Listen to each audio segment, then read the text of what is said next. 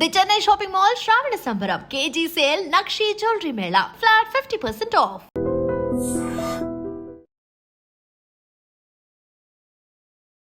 నమస్కారం, నేను doctor Vijayamohan, senior consultant physician, care hospital, Hyderabad.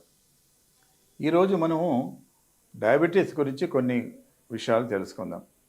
Diabetes మీకు అందరికీ తెలిసినట్టుగా పాత జబ్బు, షుగర్ వ్యాధి. 7-8 థౌజండ్స్ ఆఫ్ ఇయర్స్ నుంచి మనకు డయాబెటీస్ అన్నది తెలుసు. కానీ ఇప్పటికి కూడా దాన్ని ఎట్లా కంట్రోల్ చేయాలి, ఎట్లా క్యూర్ చేయాలి, ఎట్లా దాన్ని రివర్స్ చేయొచ్చా, కంప్లీట్ క్యూరబుల్లా కాదా అన్నది ఈ ప్రశ్నలకు మనకు సమాధానం లేదు. కానీ ఎన్నో రకాల మందులు ఉన్నాయి. దానికి ఫలానా కారణం అని తెలియదు కాబట్టి మల్టీఫ్యాక్టోరియల్ డిసీజ్ అని చెప్పి డిఫరెంట్ డ్రగ్స్ గ్రూప్ దాదాపు ఒక 50-60 టైప్స్ ఆఫ్ మెడిసిన్స్ ఉన్నాయి, టాబ్లెట్స్, ఇంజెక్షన్స్ డయాబెటీస్కి. అయినా డయాబెటీస్ ఎందుకు అంత ముఖ్యం అంటే, ఈ హై షుగర్ డయాబెటీస్ ఉన్న వాళ్ళకి టార్గెట్ ఆర్గన్ డ్యామేజ్ అని ఉంటుంది. అంటే ఒక 5 to 10 ఇయర్స్ డయాబెటీస్ ఉంటే వాళ్ళకి బ్రెయిన్ ఎఫెక్ట్ కావచ్చు, కళ్ళు ఎఫెక్ట్ కావచ్చు, హార్ట్, కిడ్నీ, నరాలు ఇలాంటి టార్గెట్ ఆర్గన్స్తో వాళ్ళు బాధపడే అవకాశం ఉంటుంది. కాబట్టి ఈ షుగర్ ఇంతవరకు ఎన్ని సైంటిస్టులు రీసెర్చ్ చేసినా కూడా ఈ ఒక్క మందు తీసుకుంటే తగ్గిపోతుంది, పోతుంది, షుగర్ మళ్ళీ రాదు అని ఉండదు. కాబట్టి ఇండివిజువల్గా ఈ పేషెంట్కి ఈ మందుతో తగ్గుతుంది, ఈ పేషెంట్కి ఈ మందు తగ్గుతుంది అని మేము డిసైడ్ చేస్తాం కొన్ని పరీక్షలు చేసి. సో అయితే ఇప్పుడు ఈ కాలంలో ఏమంటున్నారంటే, కొంతమంది రీసెర్చర్స్ దాన్ని రివర్స్ చేసేస్తాము, రివర్సల్ ఆఫ్ డయాబెటీస్, దాన్ని మొత్తం క్యూర్ చేస్తాము, దాని తర్వాత మీరు ఇంకా మందులు వాడాల్సిన అవసరం లేదు అని అంటున్నారు. కానీ రెమిషన్ పాసిబుల్. రెమిషన్ అంటే తగ్గడం పాసిబులే, క్యూర్ పాసిబుల్. దాని రెమిషన్కి క్యూర్కి చాలా తేడా ఉంది. సో ఈ క్యూర్ పాసిబులా కాదా అన్న దాంట్లో రీసెర్చ్ చేస్తే ఇప్పుడు లాస్ట్ 3-4 ఇయర్స్ నుంచి yes it is possible, cure is possible, reversal is possible అని కొన్ని శాస్త్రజ్ఞులు చెప్తున్నారు.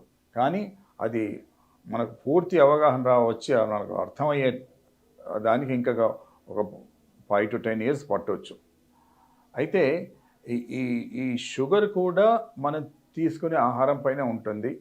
మనం తీసుకునే ఆహారం మెయిన్లీ ఇఫ్ మన డైట్లో, మన ఫ్యామిలీ హిస్టరీలో, తర్వాత మన డైట్లో, మన ఆహారంలో కనుక షుగర్ సంబంధించింది కార్బోహైడ్రేట్స్, గ్లూకోజ్ ఎక్కువ ఉంటే మనకు షుగర్ వ్యాధి కూడా వచ్చే అవకాశం ఉంటుంది. కాబట్టి ఫ్యామిలీలో ఎవరికైతే షుగర్ ఉందో, పేరెంట్స్కి కానీ గ్రాండ్ పేరెంట్స్ కానీ షుగర్ ఉందో, వాళ్ళు షుగర్ రాకున్నా కూడా కొంచెం రెగ్యులర్ ఎక్సర్సైజ్, తర్వాత అవాయిడింగ్ కార్బోహైడ్రేట్స్ ఇవన్నీ చేస్తే షుగర్ రాకుండా ఉంటుంది. ఇది ఎందుకంటే ఈ షుగర్ అనేది ఒక 10-15 వేల సంవత్సరాల కింద లేదు. మనం భూమి పుట్టి 4.5 బిలియన్ ఇయర్స్ అయింది. అయినా షుగర్ వచ్చి ఒక 10,000 ఇయర్స్ అయింది. ఎందుకు అంటే అప్పుడు ఒక 10-15,000 ఇయర్స్ కంటే ముందు షుగర్ అనేది లేదు. మనుషులు షుగర్ తినేది కాదు. ఫస్ట్ రైస్ కూడా అప్పుడు లేదు. రైస్ వచ్చి 10-12 వేల సంవత్సరాలు అయింది. షుగర్ వచ్చి 8-10 వేల సంవత్సరాలు అయింది. ఇవి రెండు వచ్చిన తర్వాతనే షుగర్ పెరిగింది అని కొంతమంది సైంటిస్టులు అంటారు. కాబట్టి ఈ రెండుటి మనం కొంచెం కంట్రోల్గా ఉంచుకుంటే షుగర్ సంబంధించిన కాంప్లికేషన్స్ రాకుండా ఉంటాయి. మీ షుగర్ కంట్రోలు కొంతమంది మంచి మందులు వాడినా కూడా కంట్రోల్ లేదంటారు. అంటే వాళ్లకు ఆ మందులు పనిచేయకుంటే వేరే మందులు, నేను అన్నట్టుగా ఎన్నో రకాల మందులు ఉన్నాయి. ఇన్సులిన్ ఇంజెక్షన్స్ కూడా ఉంది. ఈ రోజుల్లో ఈ insulin weekly 1 insulin injection, weekly 1 tablet అని కూడా కొత్తగా వచ్చినాయి. అది కూడా ప్రయోగాల్లో తెలిసింది ఏంటంటే అది కూడా బాగానే పనిచేస్తుంది. ఈ ఈ యాంటీ డయాబెటిక్ డ్రగ్స్ను జెనెటికల్లీ మాడిఫై చేస్తారన్నమాట. జెనెటికల్లీ మాడిఫై చేసి దాని స్ట్రక్చర్స్ను మార్పు చేసి ఎక్కువ రోజులు పనిచేసేట్టుగా చేస్తారు. దాని హాఫ్ లైఫ్ అంటాం మేము. సాధారణంగా టాబ్లెట్ ఒక రోజు, సగం రోజు పనిచేస్తుంది. ఇప్పుడు వీళ్ళు మనం మార్పులు చేసిన కొత్త డయాబెటిక్ మందులు ఏమైతే ఉన్నాయో అది వారానికి ఒక టాబ్లెట్. ఎంత సులువుగా ఉంటుంది చూడండి. కొంతమంది రెగ్యులర్గా తీసుకోరు, మర్చిపోతారు. దాంతో షుగర్ కంట్రోల్, అది పెద్ద ప్రాబ్లం మన దగ్గర. అథెరెన్స్ అంటే మందులు మీరు రోజు 2 సార్లు 3 సార్లు తీసుకోవాలి అంటే ఒకసారి తీసుకోరు, ఒకసారి మర్చిపోతారు అనే ఇనర్షియా అంటారు, పేషెంట్ ఇనర్షియా. ఇటువంటి వాటికి అన్నిటికీ జవాబు ఏంటంటే వీక్లీ 1 టాబ్లెట్, వీక్లీ 1 ఇంజెక్షన్ అని కూడా వచ్చాయి. అది ఇప్పుడిప్పుడే ప్రాక్టీస్లో ఉంది, బాగా పనిచేస్తుంది కూడా, మీరు కూడా ట్రై చేయొచ్చు. కాబట్టి ఈ డయాబెటీస్ ఒక లైఫ్ స్టైల్ డిసీజ్, నేను ఇంతకుముందు వీడియోలో చెప్పినట్టు లైఫ్ స్టైల్ డిసీజ్. కాబట్టి మీ చేతిలో ఉంది, మీరు తీసుకునే ఆహారం.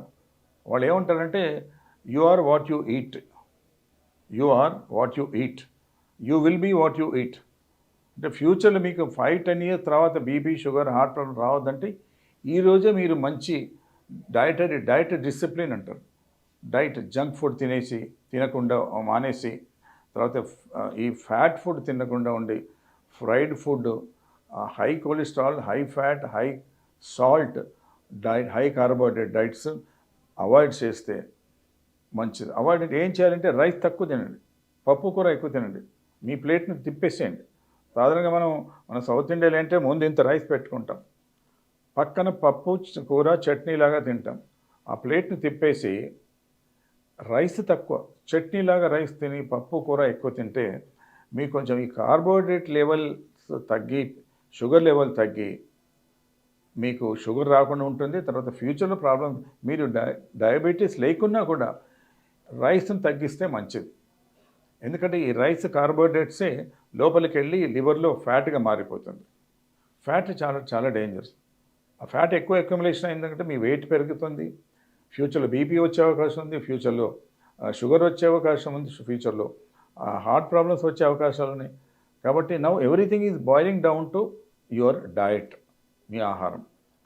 కాబట్టి ఈ డయాబెటీస్ కోసము సూచనలు, సలహాలు తప్పకుండా పాటించాలి. మీరందరూ ప్రాబ్లమ్స్ ఉంటే డాక్టర్ దగ్గరికి వెళ్ళి చెక్ చేయించుకొని ట్రీట్మెంట్ తీసుకోండి. ఎందుకంటే diabetes is a slow killer disease అంటారు.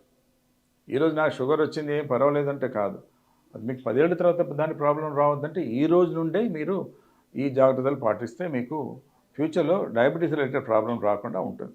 లైఫ్ స్టైల్ డిసీజెస్ ఈ రోజుల్లో మీ అందరికీ తెలుసు, లాస్ట్ 4 to 5 decades నుంచి మన మానవ జీవన విధానము, మనం తీసుకునే ఆహారంలో చాలా గొప్ప మార్పులు వచ్చాయి.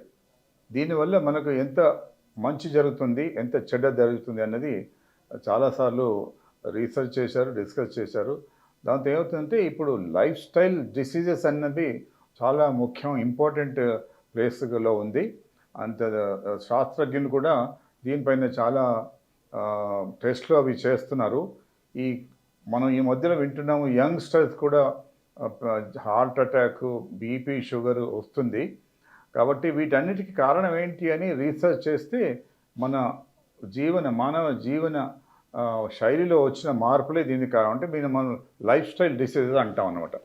లైఫ్ స్టైల్ రిలేటెడ్ డిసీజ్ ఇవి ఏంటిది? High BP, high sugar, heart problems, brain problems, kidney, ఇవన్నీ ఈ రోజుల్లో తక్కువ వయసున్న వాళ్ళకి. అంతకుముందు ఈ జబ్బులన్నీ పెద్దవాళ్ళకు వచ్చే జబ్బులు అని అనుకునేవాళ్ళం. ఈవెన్ క్యాన్సర్ కూడా యంగ్ పీపుల్లో కూడా వస్తుంది. దీని అన్నిటికీ కారణం ఏంటంటే ఇప్పుడు కొంతమంది గ్రూప్ ఆఫ్ సైంటిస్ట్ ఏమంటున్నారంటే డయట్, మనం తీసుకునే ఆహారము చాలా ముఖ్యము, దానివల్లే చాలా జబ్బులు వస్తాయి, అన్ని రోగాలు మొదలయ్యేది ఇక్కడ నుంచి అని అంటున్నారు. చాలా మట్టుకి ఈ డయట్ రిలేటెడ్ డిసీజ్లో బీపీ, షుగర్, కొలెస్ట్రాల్, తర్వాత ఓవర్ వెయిట్, తర్వాత ఈ అల్జైమర్స్ అనే రోగము, తర్వాత ఈవెన్ క్యాన్సర్స్ కూడా మన తినే ఆహారంలో వచ్చే మార్పులతో వస్తుంది అని కూడా అంటున్నారు. ఈ మధ్యలో మనం వింటూనే ఉన్నాము, ఈ ప్లాస్టిక్ అనేది మనం ఎక్కువ యూజ్ చేస్తాం. ఎంత ప్రచారం చేసినా ప్లాస్టిక్ వాడొద్దు అన్నా కూడా అది మన దైనందిన జీవితంలో నుంచి పోవట్లేదు. ప్రతి దాంట్లో మనం ప్లాస్టిక్ వాడతాం. కాబట్టి ఆ ప్లాస్టిక్ మనకు బాడీలో కూడా వెళ్తుంది, మైక్రో ప్లాస్టిక్స్, అది బాడీలో వెళ్తుంది. దాంతో కూడా కొన్ని రోగాలు వస్తాయి. అయితే ఈ జీవన శైలితో వచ్చే రోగాలలో నేను అన్నట్టుగా బీపీ, షుగర్, హార్ట్ ప్రాబ్లమ్స్ ఉన్నాయి. ఇవన్నీ కడుపులో మనం తినే ఆహారం మూలాన వస్తుందంటారు. మనం తినే ఆహారంలో మంచి ఆహారం, చెడు ఆహారం అని 2 ఉంటాయి. ఇప్పుడు ఎక్కువ ఫ్యాట్, ఎక్కువ ఉప్పు, ఎక్కువ ఫ్రైడ్ ఐటమ్స్, ఇవన్నీ మంచి ఫుడ్ కాదు. ఎందుకు మంచి ఫుడ్ కాదు అంటే మన బాడీలో నార్మల్ హ్యూమన్ బాడీలో ఒక 4 ట్రిలియన్ సెల్స్ ఉంటాయి మొత్తం బాడీలో, లోపల బయట స్కిన్, బోన్స్, లంగ్స్ అన్ని 4 ట్రిలియన్స్ 4 ట్రిలియన్ సెల్స్ ఉంటాయి. కానీ మన కడుపులో ఉన్న బ్యాక్టీరియా గట్ మైక్రోబైటా అంటాం, అది ఒక 10 ట్రిలియన్స్ ఉంటాయి. అంటే మన హోల్ బాడీలో 4 ట్రిలియన్స్, తర్వాత కడుపులో ఉన్న బ్యాక్టీరియా మాత్రమే సెల్స్, అంటే బ్యాక్టీరియా మాత్రమే ఒక 10 ట్రిలియన్స్ ఉంటాయి. దాంట్లో గుడ్ బ్యాక్టీరియా, బ్యాడ్ బ్యాక్టీరియా. మనం ఉండే అట్మాస్ఫియర్లో చాలా బ్యాక్టీరియా, వైరస్ ఉంటాయి. మనం ప్రతిసారి గాలి తీస్తున్నప్పుడు, తింటున్నప్పుడు మన మిలియన్స్ ఆఫ్ బ్యాక్టీరియా, వైరస్ లోపలికి వెళ్తుంది. కానీ దేవుడు మనకు ఒక ఇమ్యూన్ సిస్టమ్ అని ఒకటి ఇచ్చాడు. ఆ ఇమ్యూన్ సిస్టమ్ వల్ల ఇవి మనకు సాధారణంగా రోగం రాదు, కానీ వచ్చే అవకాశం ఉంటుంది. మనం తినే ఆహారంలో, యాజ్ ఐ సెడ్, మంచి ఆహారం, చెడు ఆహారం. ఈ కడుపులో ఉండే bacteria, microbiota, good bacteria, bad bacteria 2 ఉంటాయి. మంచి good food is good for good bacteria, bad food is good for bad bacteria. అంటే మనం తినేది బయట ఈ junk food, fried food, processed food, tinned food, stored food, ఇవన్నీ మంచిది కాదు. ఈ రోజుల్లో ఈ యూత్ యంగ్స్టర్స్ అందరూ they are getting attracted to outside food. ఈ బయట నుంచి ఆర్డర్ చేసి ఆన్లైన్ తెప్పించుకోవడము, లేదంటే స్ట్రీట్లో ఫాస్ట్ ఫుడ్ ఇవ్వడము, జంక్ ఫుడ్, వీళ్ళని జంకీస్ అంటాం మనం. ఈ జంక్ ఫుడ్ కూడా ఇప్పుడు ఏం కాకపోవచ్చు, over a period of time 5 years 10 years down the lane దాంతో వచ్చే రోగాలు ఎన్నో ఉంటాయి. కాబట్టి యంగ్స్టర్స్లో ఈ వచ్చే రోగాలలో ఈ BP, sugar, heart related problems mostly ఈ మనం తీసుకునే ఆహారం వల్ల వస్తుందని శాస్త్రజ్ఞులు చెప్తున్నారు. కాబట్టి everything is boiling down to heart, abdomen, your tummy. దీంట్లో gut bacteria, good bad bacteria ఉంటుంది. కాబట్టి మనం మంచి ఆహారం అంటే ఎక్కువ వెజ్ కూరగాయలు, ఎక్కువ ఫ్రూట్స్, తక్కువ ఫ్యాట్, తక్కువ ఉప్పు, తక్కువ కార్బోహైడ్రేట్స్. ఈ రైస్, షుగర్, దీంట్లో కార్బోహైడ్రేట్స్ ఉంటాయి. ఈ అంతకుముందేమో ఫ్యాట్ ఎక్కువ డేంజర్ అనేవాళ్ళము, ఇప్పుడు ఫ్యాట్ కొంచెం తీసుకుంటే పర్వాలేదు అని శాస్త్రజ్ఞులు చెప్తున్నారు. కానీ ఇప్పుడు మెయిన్ ఏంటంటే కార్బోహైడ్రేట్స్ అంటే షుగర్, స్వీట్స్, రైస్, ఇవన్నీ. కార్బోహైడ్రేట్స్ కూడా మనం తిన్న తర్వాత they will get converted in to fat in the liver. కాబట్టి రైస్ తక్కువ చేయాలి, షుగర్ తక్కువ చేయాలి, స్వీట్ తక్కువ చేయాలి. చేస్తే అది మన గుడ్ బ్యాక్టీరియాను పెంచి బ్యాడ్ బ్యాక్టీరియాను తగ్గిస్తుంది. ఈ రెండింటి మధ్యలో వారు జరుగుతుంది అన్నమాట, గుడ్ అండ్ బ్యాడ్ బ్యాక్టీరియా కడుపులో, మైక్రో బ్యాక్టీరియా. సో ఇది డిస్బయోసిస్ అంటాం. మనమంతా సింబయోసిస్లో బతుకుతున్నాం. అంటే వాళ్ళు ఉన్నందుకే మనం బతుకుతున్నాం, మనం ఉన్నందుకే వాళ్ళు బతుకుతున్నారు.